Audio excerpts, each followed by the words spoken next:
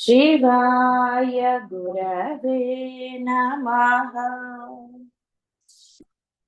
शिवाय गुरवे नमः। शिवाय गुरवे नमः। शिवाय गुरवे नमः। शिवाय गुरवे नमः। పాపనాశిని. మామూలుగా కూడా జీవుడు వయసులో ఉన్నప్పుడు తను చేసే పాపాల గురించి ఆలోచించడు. పుణ్యం కూడా పెద్ద ఆలోచించడు అనుకోండి. పాపాల గురించి ఆలోచించడు. ఒకరిని అనటం అనంటే ఇట్లా రకరకాలు. పాపము బోల్డు రకాలు. కొంత వయసు వచ్చాక అప్పుడు వాడికి పాప భీతి పట్టుకుంటుంది. అప్పుడు వాడు మానతాడా మానడా అనేది వదిలేసేయండి. కానీ కొంత పాప భీతి కలుగుతూ ఉంటుంది. అయ్యో అది ఇదని అనుకో. అప్పుడు వాడు క్షేత్ర దర్శనాలనండి, ఏదైనా పూజలో జపాలో ఏదో అలాగా, అంటే వాడి యొక్క మనస్థితిని, వాడి యొక్క పరిస్థితులనండి రకరకాలు. అలా అందరికీ కలుగుతుందని చెప్పడానికి లేదు. కొంతమంది జీవులకి మాత్రమే ఆ ఇది ఉంటుంది. అయ్యో పాపాలు చేశాను వాటిని నశింప చేసుకోవాలి అని. అలా ఎప్పుడు జరిగినా, అంటే ఏ వయసులో జరిగినా అత్యుత్తమమైన మార్గము ఈ యొక్క భగవత్ ఆరాధన. అప్పుడు చేయలేదు అనడానికి లేదు, అప్పుడు చేశాడు వాడు. కానీ పాప చింతన వాడి మనసులో ఎక్కువ ఉండటం వలన భగవత్ ఆరాధన అనేది నిర్మల మనసుతో జరగదు. ఎప్పుడు ఏదో ఒక ఆలోచన డిస్టర్బెన్స్ తోటే వాడు పూజ అవి చేసి ఉంటాడు. కొంతమంది ఇలా చేసి ఉండొచ్చు, రావణాసురుడిలాగా. వాడు పరమ భక్తుడే కానీ దుర్మార్గుడు. అలా సో రకరకాలు. ఇక్కడ కూడా జీవుళ్ళందరూ ఒకలాగే ఉంటారని అనడానికి లేదు కదా. ఒక భక్తుడు అడిగేట అమ్మవారిని, ఏమిటమ్మా అంతా సృష్టి నీదే అయినప్పుడు ఎందుకమ్మా దుర్మార్గుల్ని సృష్టించావని. అంతా మంచిగా ఉంటే గొడవ ఉండదు కదమ్మా అన్నట్టు. ఒరే అందరూ మంచి వాళ్ళైతే నీ గొప్పతనం ఎలా తెలుస్తుందిరా, నీలో మంచితనం ఉందా ఏదుందో ఎలా తెలుస్తుంది, అలాగే నీ ఆరాధన, నీకు భక్తి ఎలా పెరుగుతుంది అని. మరి చెడ్డవాడు ఉన్నప్పుడే వీడు మంచివాడని తెలుస్తుంది. అలా కాబట్టి వాడి చెడ్డతనమా ఇది, ఇవన్నీ ఒట్టిగా ఏదో మనకు ఒక లీల అమ్మవారిది చెప్పినట్టుగా చెప్పారు. కానీ వాడికి తెలుసు, జీవుడనే వాడికి కొంత ఒక వయసు వచ్చిన తర్వాత అది పాపం అన్న సంగతి వాడికి తెలియంది ఏమాత్రము కాదు. వాడికి తెలిసినదే. ఇక తెలిసినా కూడా వాడు కొంత ఎందుకు అనే దానికి కొన్ని మనకి ఎక్కడ ఇది ఉండదు. కాబట్టి ఇక్కడ పాపనాశిని ఎలా అమ్మవారిని మనం పట్టుకోవాలో మీకు తెలియజెప్పడం జరిగింది. ఆ యొక్క ఈ అర్థాలు రాసిన వాళ్ళు. కానీ ఎలా చేయాలి? మనసా వాచ కర్మణ. నిర్మల మనస్సు ఎప్పుడు ఉంటుంది? మీ కర్మలు చక్కగా ఉన్నప్పుడు మనస్సు నిర్మలంగా ఉంటుంది.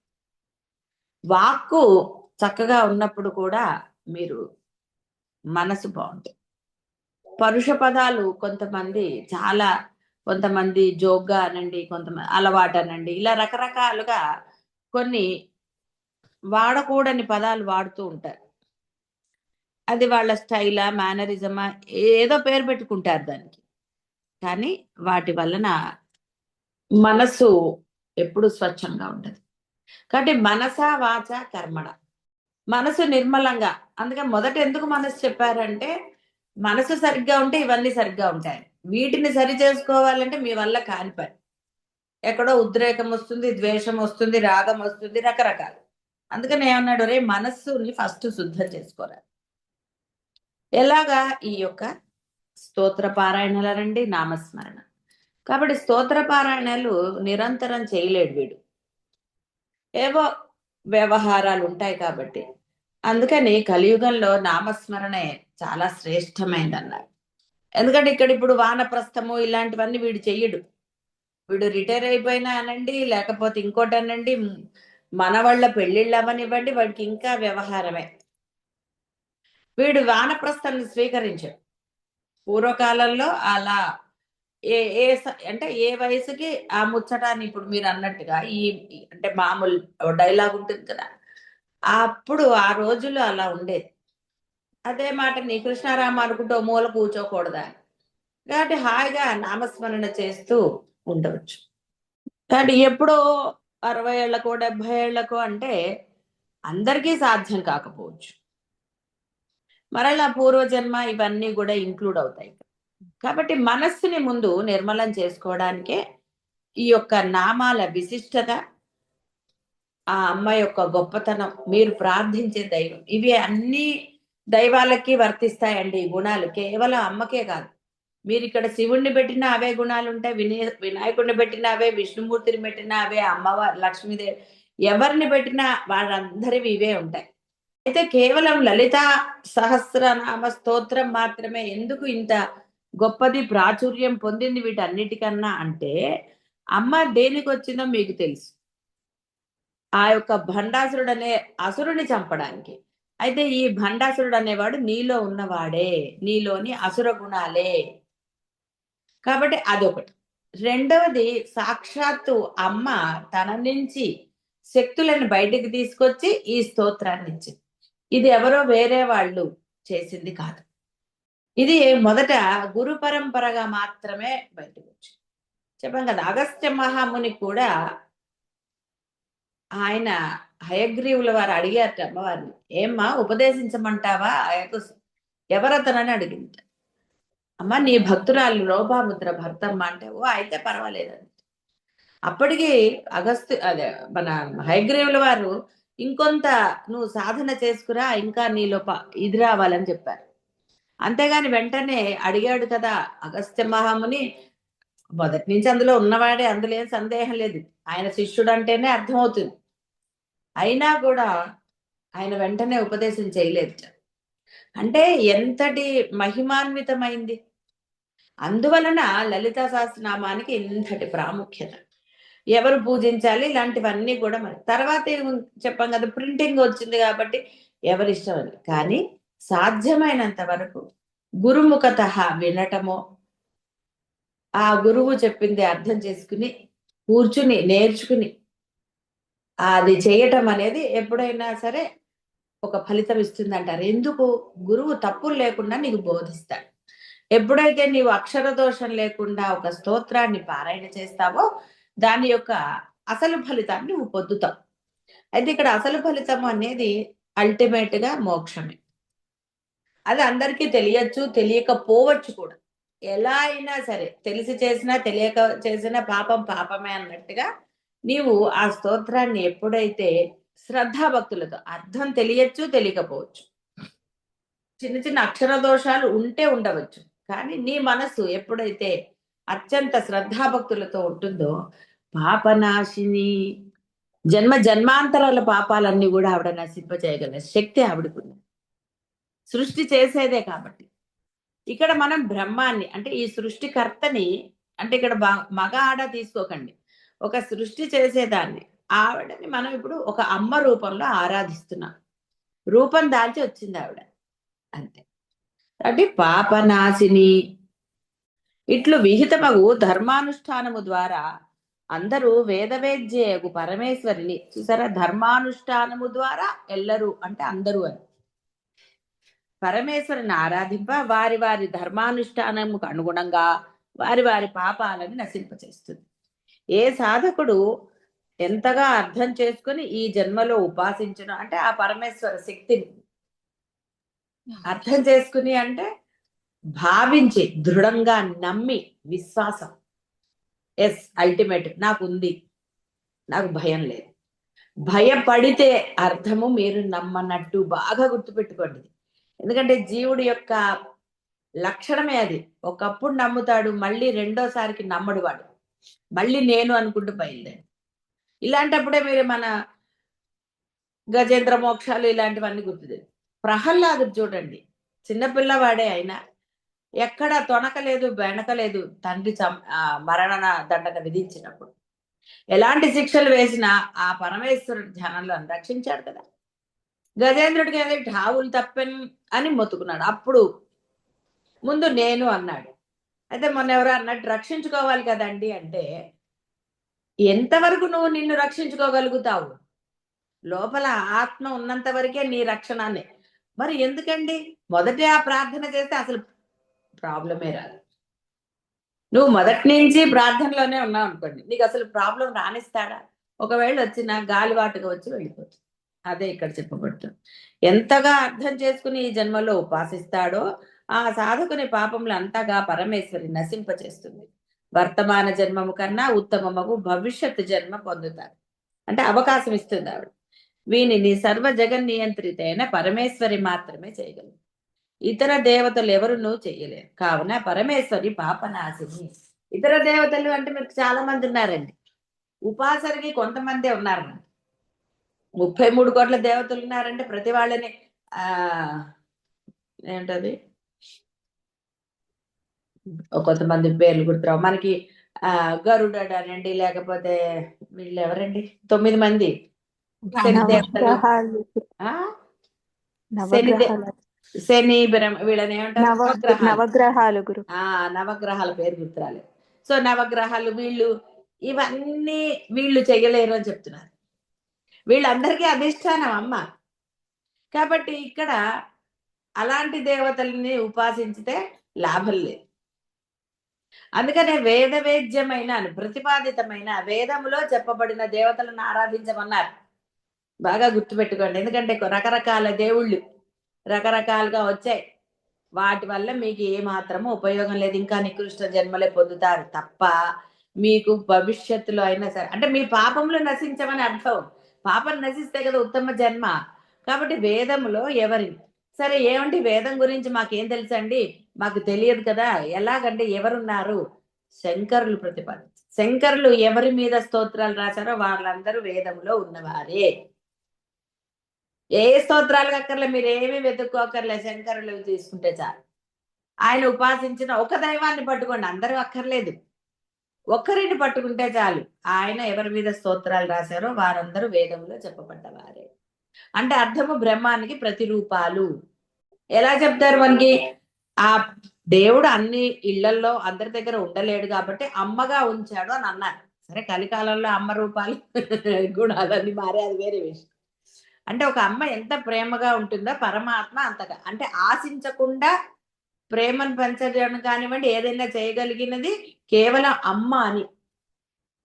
అందుకని కుమాతో నా భవతి అన్నాడు కదా. శంకరులు చెప్పారు చెడ్డ తల్లి ఎక్కడా ఉండదన్నారు. ఇప్పుడు అర్థాలు మారిపోయాయి, లోకంలో చూస్తూనే ఉన్నాం చెడ్డ తల్లుల్ని. కాబట్టి ఇక్కడ మీరు అది ఆ అర్థాలు వదిలేసేయండి. చెడ్డవాళ్ళ గురించి ఎందుకండి, కాబట్టి మంచిదే తీసుకోండి. కాబట్టి అమ్మ అంటే ఏంటి అర్థం? అలాంటి అంటే ఆ పరబ్రహ్మము తాను కనపడలేడు, ఇది వినపడలేడు కాబట్టి తల్లిగా ఉంచాట ప్రతి చోట. ఆ తల్లి గుణాలు ఎలా ఉండాలి? తన గుణాలేవో ఆ గుణాలు ఉన్న వాళ్ళే తల్లి అన్నాడు ఆయన. అంటే భేదభావం లేకుండా అందరినీ ఆ అమ్మ భావంతో చేస్తారు. ఇంటికి వచ్చిన వాళ్ళనంటే ఎవరైనా సరే భేదం ఉండదు ఆ తల్లికి. తల్లి హృదయం ఎప్పుడు అలాంటిది, అందరినీ సమానంగా చూస్తుంది, కరుణగా చూస్తుంది.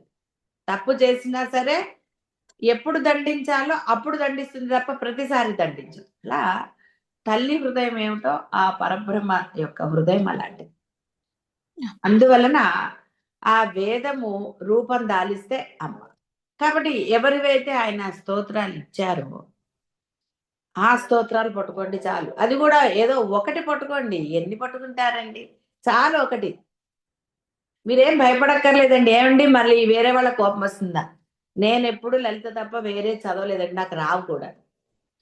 ఏ గుడికి వెళ్ళినా అదే చదివాను, మీకు ధైర్యానికి చెప్తున్నాను. నాకు వేరేది వచ్చేదే కాదు అసలు.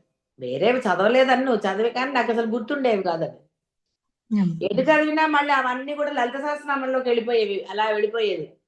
అందుకనే మీరేం భయపడక్కర్లా. కేవలం లలితే పట్టుకోమనట్లేదు, మీకు ఎవరిది నమ్మకమో అది పట్టుకోండి చాలు. ఎక్కడికి వెళ్ళినా అదే. 2 లైన్లైనా నష్టమేం లేదండి. ఆ 2 లైన్లని వల్లవేస్తూ ఉండండి. అందుకే ఇంత బాధ లేకుండానే నామం చెప్పబడు.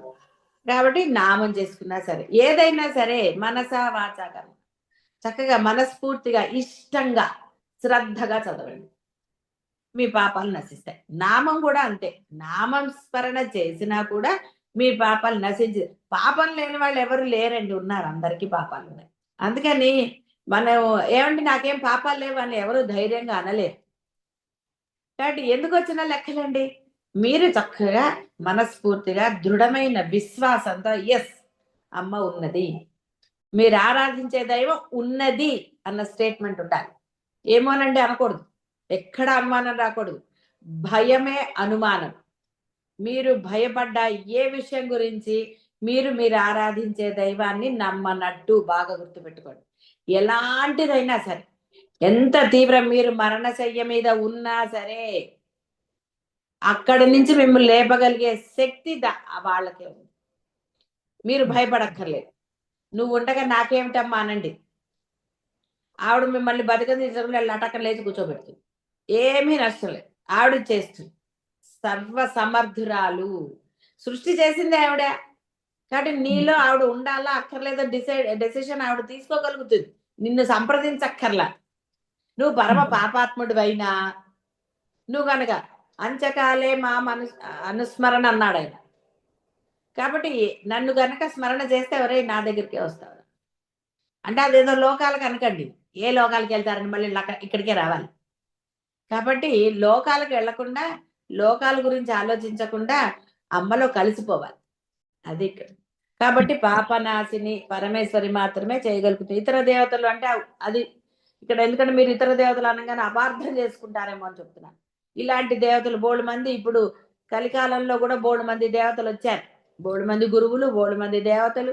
కాబట్టి మీరు నిర్ణయించుకోకండి, ఎప్పుడూ కూడా మీరు ఆరాధించే దైవము. అలానే నేను చెప్తున్నాను కదా, వేదంలో చెప్పబడిన దైవాలను ఆరాధించిన వారికే మోక్షం అనండి, పాపనాశనం అనండి, ఇంకోటి జరుగుతుంది.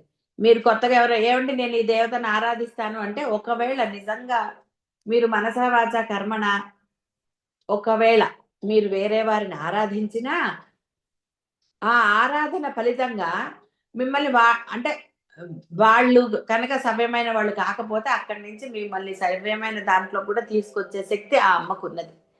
ఎక్కడైనా మనసే ముఖ్యం, మనసు అమ్మది. కాబట్టి ఈ జన్మమున ఇతరులకు ఉపకారం ఉనర్చిన రాబో జన్మలు మనకు ఉపకారము కలుగుననుకున్నప్పుడు, ఈ జన్మమున ఇతరులకు అపకారము ఉనర్చిన రాబో జన్మలు మనకు అపకారం జరుగుట తప్పనిసరి అగుట ఊహాతీత విషయం కాదు.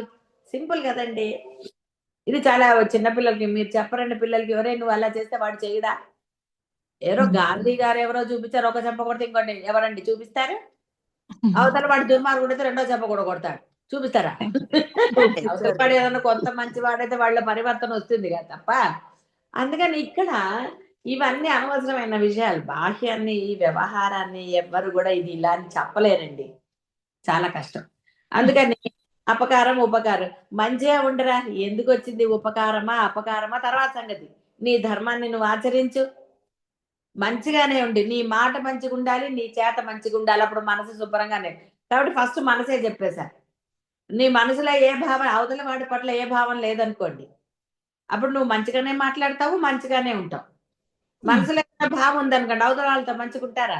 కొంతమందికి ముఖ కాళ్ళు అంటే మార్పులు వచ్చేస్తాయి కదా, ఇండెక్స్ ఆఫ్ ది మైండ్ అన్నట్టుగా. కొంతమంది రాకుండా జాగ్రత్తగా ఉంటారు. ఎన్ని తలకాయ నొప్పులండి. ఎందుకు వచ్చిన వాళ్ళ లోపల మనసు హాయిగా ఉంది అనుకోండి, అన్ని జాలీగానే ఉంటాయి. అవతల వాడు తిట్టినా సరే ఎందుకు వచ్చింది హాయిగా మీరు ముందర. ఎందుకంటే ఎంత చెప్పినా బాహ్యమైనవి మానరు కదా, వ్యవహారాల్లోనే ఉంటారు. అదే ఇన్ని వ్యవహారాలు చేసే ముందు నీ మనసుని నిర్మలం చేసుకో, దృఢత్వం పెంచుకో.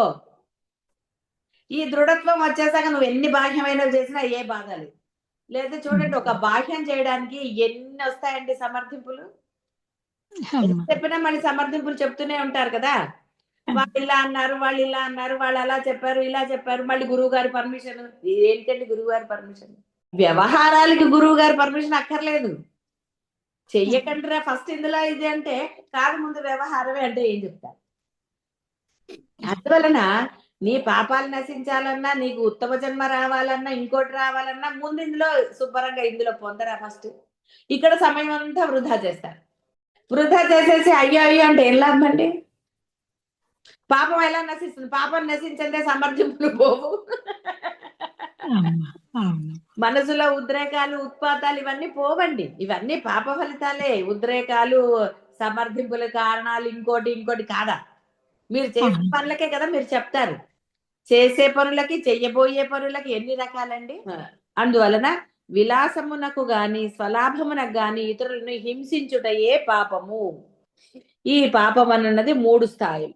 రోగాది బాధలతో స్థూల దేహమును, అరిషడ్వర్గాది రూపమున సూక్ష్మదేహమును, విచక్షణ జ్ఞానశూన్యత వలన కారణ దేహాన్ని ఆశ్రయించి ఉంటాయి.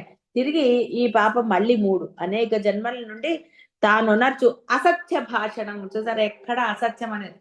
అబద్ధం పరమ భయంకరమైందండి. చాలా సులభంగా అబద్ధం ఆడేస్తారు. వల్ల తానేదో రక్షణ పొందాను ఇంకోటి అనుకుంటాడు కానీ పరమ పాపం అండి. అసత్య భాషణ, ఇంద్రియ చాపల్యము, కామక్రోధ భావములు జన్మాంతరముల సమగతమగుచుండును. ఇది ప్రారబ్ధ రూపమున అనుభవించబడవలసినదే. కాబట్టి సంచి వేసుకుని వస్తారు, కనపడని సంచి అది. అదే ప్రారబ్ధం. ముందు జన్మల్లో చేసిన అనేక జన్మల నుండి తానొనర్చు అసత్య భాషణ, ఇంద్రియ చాపల్యము, రకరకాలు. ఇంద్రియ చాపల్యం అంటే మాట కూడా అండి. మాట కూడా ఇంద్రియంలోకే వస్తుంది.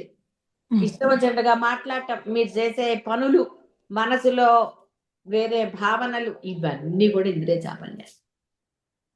ఏది ఊరికే పోదండి. కాబట్టి రామ అనే పలకటంలో రాక్షరానికి ఆయన పుణ్యం ఇచ్చినప్పుడు మీరు అవతల వాడి గురించి ఒక చెడ్డగా ఒకరిని అనుకుంటే ఇవ్వడండి. ఏదైనా లెక్కే కదా. ఇది బాగా గుర్తుపెట్టుకోండి. కానీ తెలిసిన తర్వాత అయినా, తెలియక కాదు, ఇంత ముందు కూడా తెలుసు పాపం అని. లంచాలు తీసుకోవటం పాపం. నేను చాలాసార్లు చెప్పాను, చిట్టీలు కూడా పాపమే. అవతల వాళ్ళ సొమ్ము నువ్వు తీసుకున్నది పాపం కదా. పాపమే. నువ్వెందుకు చేయాలి? నీకు గడవట్లేదా? అదేం నీ ఉద్యోగం కాదే, నీ కుటుంబ పోషణ కోసం కాదు కదా. సో ఇలా బాహ్యంలో చెప్పాలంటే చాలా ఉంటాయండి. కాబట్టి ఇక్కడ ఉద్యోగంలో నీ ధర్మం ప్రకారం నువ్వు సంపాదించిందే ధర్మ సంపాదన. దానిలో ఒక పైసా ఎక్కువ తీసుకున్నా అది అధర్మమే. బాగా గుర్తుపెట్టుకోండి. నువ్వు ఆశించిన అది పాపమే. పాపమేనండి. కాబట్టి ఈ పాపాలు ఎప్పటికి పోవాలి? కాబట్టి ఇవన్నీ అంటే ఈ పాపాలను రకాలు చెప్పినప్పుడు కొన్ని మరి తెలుసుకోవాలి కదండి. కొంచెం ఏంటంటే ఒకసారి ఝలక్ రావాలి కదా మనసులో. అయ్యో నేను పాపం చేశానే, ఇప్పటికైనా బుద్ధి తెచ్చుకుని పాపం లేకుండా మనసారా ఆ అమ్మని ప్రార్థించి నా పాపాలని ఇది చేసుకుంటాను అని. అప్పుడు మాట బాగుంటుంది. ఎంతమందికి ఎన్ని చేసినా మాట మారదు, చేత మారదు, మనసు మారదు. ఇక వాళ్ళని ఏం చేయగలుగుతారండి? ఏం చేయలేరు. ఇప్పుడు రావణాసుడు లాగా అంతే. అలానే రావణాసుడు ఏంటి రావణుడి చేతిలో చనిపోయినట్టు మీకు అందరికి అలా ఉంటుందా? ఉండదు కదా జీవులందరికీ. అయితే కాదు, ఇక్కడేం అవతార పురుషుడు లేడు. అందువలన వాటి గురించి కాదు. ముందు మిమ్మల్ని మీరు ఇది చేసుకోండి. ఎందుకండి దీనికన్నా నీకు ఇప్పుడే అనుభవిస్తున్నారు. మళ్ళీ ఇంకోసారి ఎందుకండి? ఇంకా భయంకరంగా ఉంటాయి. తన తండ్రి తాతల మూలమున తన శరీరం ఏర్పడినది గాన వంశ వంశ క్రమానుగతమగు పాపము కూడా ఈ శరీరత్రయాన్ని ఆశ్రయించి ఉంటుంది అంటారు. మీది మీది కాదండి వంశద్దని. ఎస్ ఉంటాయి, ఏం డౌట్ లేదండి. ఇవి మనం ఉపాసన చేసినప్పుడు మా గురువులు లాంటి వాళ్ళకి తెలుస్తుంది. ఏంటంటే ఈ పాపం నీది కాదురా, ముందు తరాల వాళ్ళది. కాబట్టి కొంత పాపాన్ని నువ్వు కూడా అందుకని ఏమంటారంటే ఒక ఉపాసకుడు ఉన్నప్పుడు ముందు 7 తరాలు వెనక 7 అంటే తర్వాత రాబోయే తరాలు కూడా తరించిపోతాయి అన్నారు. అంటే అర్థం ఏంటి? ముందు జన్మల్లో చేసిన భయంకరమైన పాపాలు ఏవైతే వంశంలో ఉన్నాయో, అందుకే రమణ మహర్షి ఏం చెప్పారంటే అసలు ఏ వంశం చెప్పుకోకండి, ఉన్నది బ్రహ్మమే అనుకుంటే అసలు గొడవే లేదు. అలా కాకుండా మీరు సంకల్పం చెప్పుకుంటూ చేశారనుకోండి, సంకల్పం చెప్పగానే మీరు అందులో ఇరికిపోయారు కదా, మీ వంశము మీ గోల ఇవన్నీ వచ్చేసాయి కదా, అప్పుడు ఇవి జరుగుతాయి. ఈ ఉపాసన వేరు, ఆ ఉపాసన వేరు. అది అద్వైత ఉపాసన. అద్వైత ఉపాసనలో వంశం లేదు, ఏది లేదు. జంజం తీసి పారేశారు ఆయన. అక్కడ వేరు, అద్వైతం వేరండి. అద్వైతంలో నీకు వంశానికి లేదు. ఇక్కడ నువ్వు ఒక పంజరంలో ఉన్నావు. ఇది నా వంశము, నా ఋషులు వీళ్ళు, ఇది అన్ని చెప్పుకున్నావు, పేరు ఊరు వాడ అన్ని చెప్పావు. కాబట్టి ఇక్కడ అందుకని ఇది చెప్పారు. శరీరత్రయానికి అంటే స్థూల కారణ సూక్ష్మ శరీరాల గురించి అని ఇది చెప్పారు. అది ఉంటుంది. కాబట్టి కొంతమందికి కొన్ని వంశపారంపర్యంగా అంటారు. ఇప్పుడు డాక్టర్స్ అడిగితే ఆ జన్యువులు ఏమంటారంటే, జన్యువుల ఏంటి దాన్ని ఇంగ్లీష్ లో జెనెటిక్స్, కొన్ని జెనెటికల్ జెనెటికల్ ప్రాబ్లమ్స్ ఆ ముందర నుంచి అలాంటివి కొన్ని ఉంటాయి. ఏదో ఆయాసాలు అంటారు, ఇంకోటి అంటారు, కొన్ని క్యాన్సర్ అంటారు, కొన్ని ఇలా రకరకాలు ఉన్నాయి వంశపారంపర్యం. అవన్నీ కూడా అవే. కాబట్టి ఇక్కడ చెప్పారు కదా శరీరానికి వచ్చేవని. అట్లా ఇది ఎక్కడ పాపం కూడా దీనిని అనుభవించవలసినదే. ఇది ఇక్కడేమో రుణములు అని చెప్పారు. ఋషి రుణము, పితృ రుణము అవి వదిలేసేది. ఇక మూడోది, ఈ పాపము దేవతా విషయక జ్ఞాన లోపము వలన కలుగు అనగా పై రెండు విధములకు పాపములు ఏ ఏ ప్రతిక్రియలచే నివారింపబడగలవో తెలుసుకొని ఆయా అధిష్టాన దేవతలను ఆరాధింపకుండుట ముఖ్యములగు దేవతలన్నీయు పురుష దేహాశ్రితములగుట వారిని తెలుసుకుని, పురుష దేహం అంటే జీవదేహం, ఆయా దేవతా ప్రీతి చేయదు. ఇది దేవరుణము. ప్రతి వ్యక్తియు ఈ రుణత్రయం అంటే మనకి శాస్త్రం చెప్పారు కాబట్టి ఇక్కడ మామూలుగా ఋషి రుణము, పితృ రుణము ఇలాంటివన్నీ చెప్తూ ఉంటారు. అయితే ఇక్కడ కొంతమంది మనకి మీకు తెలిసిన వాళ్ళు కొంతమందికి రేఖీ గురించి తెలుసు, రేఖీలో ఇవి తెలుసు. కాబట్టి ఫలానా ఒక ఇది చేసుకుంటే ఆ భగవంతుడిది అవి నశిస్తాయి. అలాగే ఇంకా కోరికలు, ఇంకా ఏమన్నా తాపత్రయాలు ఉన్నవాడు మీ ఇంటి దైవాన్ని, అందుకని మీ వంశానికి ఏది ఉందో అది అంటే మీ ఇంటి దేవతను ఏదో అది ఆరాధించడం మానేసినప్పుడు కూడా కొన్ని కష్టాలు వస్తాయి. ఎందుకంటే నువ్వు మరి కులగోత్రాలు చెప్పుకుంటున్నావు, ప్లస్ నాకు ఈ కోరికలు ఉన్నాయి అన్నావు కాబట్టి ఇది కోరికలు అవి ఏవి లేవంటే నువ్వు అసలు వంశము చెప్పక్కలేదు, గోత్రనామాలు లేవు, ఏమీ లేవు. ఎంత హాయి అసలు. అందుకనే అత్యంత సులభమైనది అద్వైతం అండి. ఏ గోళ లేదు అద్వైతంలో, అసలు ఏ గోళ లేదు. లేదా కృష్ణుడు వాటికి ఎందుకు చెప్తాడంటే, కృష్ణ పరమానంద క్రీ అనకండి, మీరు రాసుకుంటే ఎవరన్నా పేర్లలో క్రీ అని రాయకండి. రుకారం అది కృష్ణ అన్నప్పుడే దాని యొక్క అసలైనది, క్రీ అని రాయకూడదు. కాబట్టి ఇది ఒకటి తెలుసుకోవాలి. జ్ఞానస్వరూపిణి యొక్క పరమేశ్వరి వీని నివారణోపాయములను వేద రూపం అని చెప్పి ఉన్నది. యజ్ఞ రూపంలో చెప్పబడిన ప్రక్రియల ద్వారా ఆయా దేవతలను ఆరాధించి, సరే ఇవన్నీ కూడా మరి ఆయా దేవతలు అంటే ఎంత కష్టమండి, ఎన్ని దేవతలు ఎన్ని క్షేత్రాలకు వెళ్తారు, ఎంత కష్టమండి. ఇవన్నీ కూడా శారీరక శ్రమ, దాచుకున్న డబ్బులు అయిపోతాయి. ఎన్నో రకాలు కదండి. బాహ్యంలో మీరు ఇవన్నీ చెయ్యాలి అంటే కష్టం. అసలు ముందు దానిని ఆచరించే వాళ్ళు కూడా మీకు తెలియాలి. ఆచరించే వాళ్ళు తెలిస్తే అది పర్వాలేదు. బాగా ఇప్పుడు వేద పండితులను ఆశ్రయించాలి మనం. ఒకవేళ కాదుకూడదు, మనం కొంతమందిని ఆశ్రయిస్తాం, నష్టం లేదు. కానీ డబ్బు ఆశించే వాడి దగ్గర ఎప్పుడు పవర్ ఉండదండి. మీరు ఎంత ఇస్తే అంత అనుకున్నవారు, అంటే డబ్బు మీద వ్యామోహం లేని వాడి దగ్గరే మంత్రం ఉంటుంది, వాడికి దాని మీద శ్రద్ధ ఉంటుంది. డబ్బు మీద ఉన్నవాడు వీళ్ళు ఎంత ఇస్తారో దాన్ని బట్టి పూజ ఉంటుంది.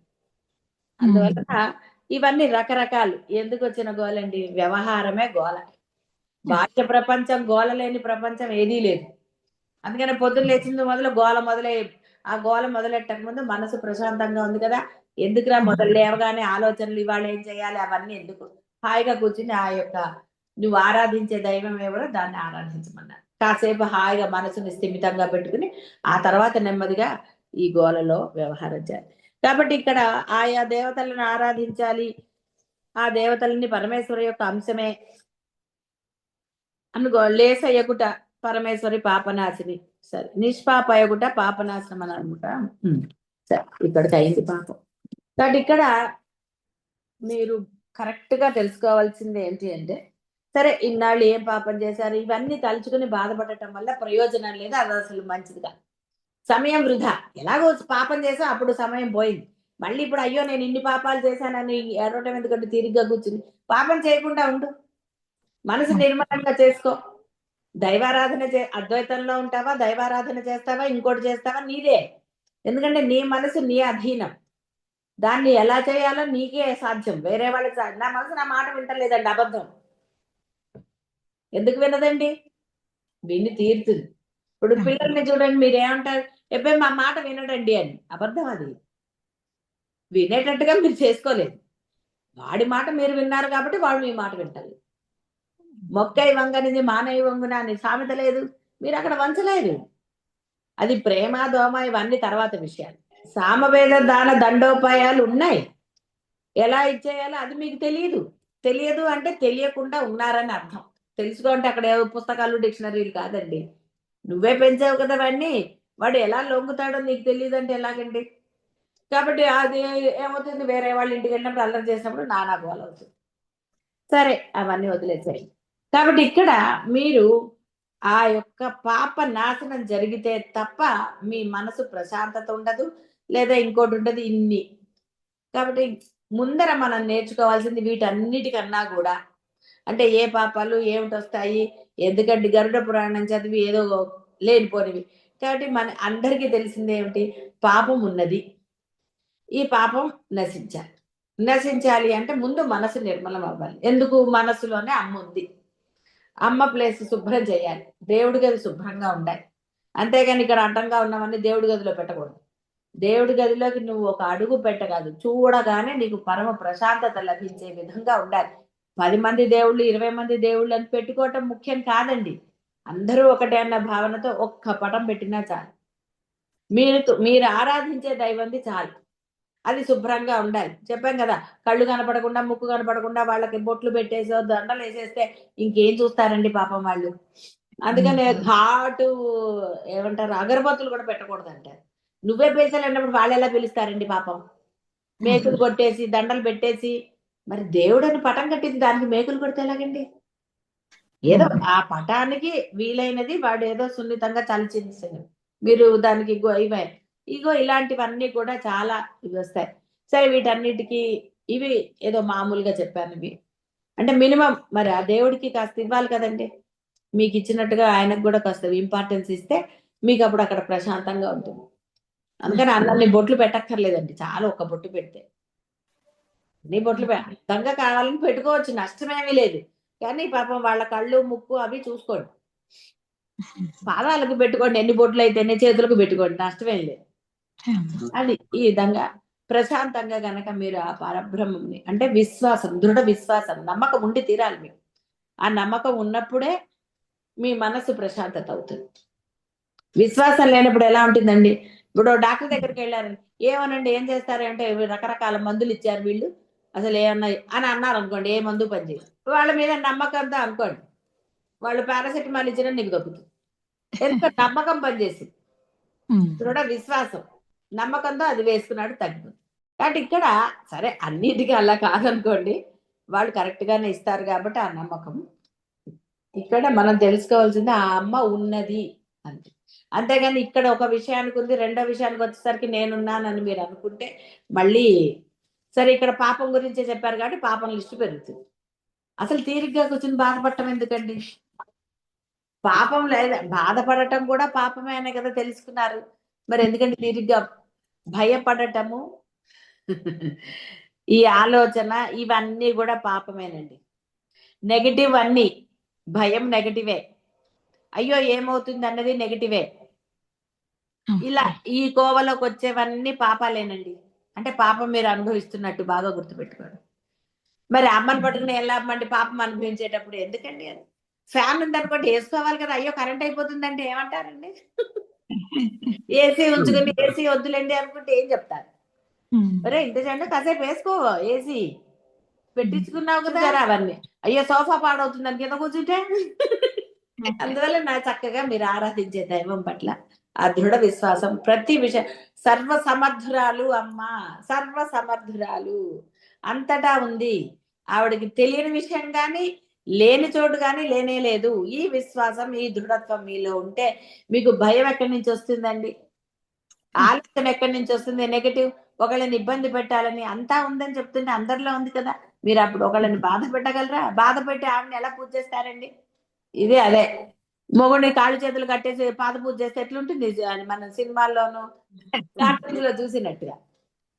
అలా కాదు కదా! భక్తి. సరే. కాబట్టి పాప నాశిని అనేది ఆవిడది. కాబట్టి మీ అందరికీ పాపం ఎలా నశింప చేసుకోవాలో తెలిసింది కాబట్టి ఆ పాపాన్ని నశింప చేసుకోవడానికి ప్రయత్నించండి అని చెప్పట్లేదు. చెయ్యండి అంతే. చేస్తే కదండి మిగతా నామాలు బ్రహ్మాండంగా అర్థమవుతాయి. ఆ అమ్మ స్వరూపం మీలో నిండిపోతుంది. అదే మోక్ష స్వరూపం. శుభం భూయాత్.